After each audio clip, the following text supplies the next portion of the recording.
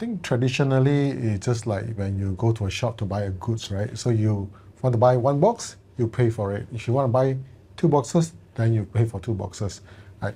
But I think with Access program, what it does really helps is that I think it able to give patients some breather in the sense that they don't have to pay every single month out of their pocket. So they probably need to pay, like say this month, and then next month they don't have to pay, but they can still continue to have access to the same drugs into their treatments. So in a way, they have a breather, right? So there are some programs where they even have a cap, meaning that once the patient has been on this treatment for a number of durations, then subsequently, as long as patients still benefit and require the drugs, then they get it for free. So that is a cap.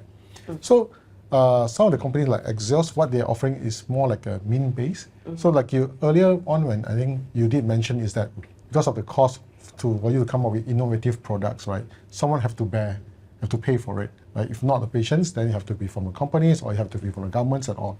So it will not be free, right? So what it does here is that mean base, meaning that they will then assess the patient's financial situations. So for those who they think that example, they can only afford to buy, say, 3 out of 12 months, right? So they will buy the 3 months and then they get the 9 months free. So that patient will have continued access to the treatment for the 1 whole year. But for those who are a bit financially better off, then they probably need to buy 6 months before they get the other 6 months free.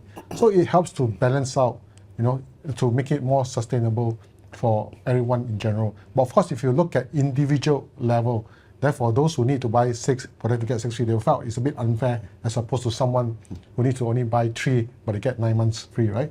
But that is in a way try to make it more sustainable and cover up, like I mentioned, the cost of the innovative product being so high.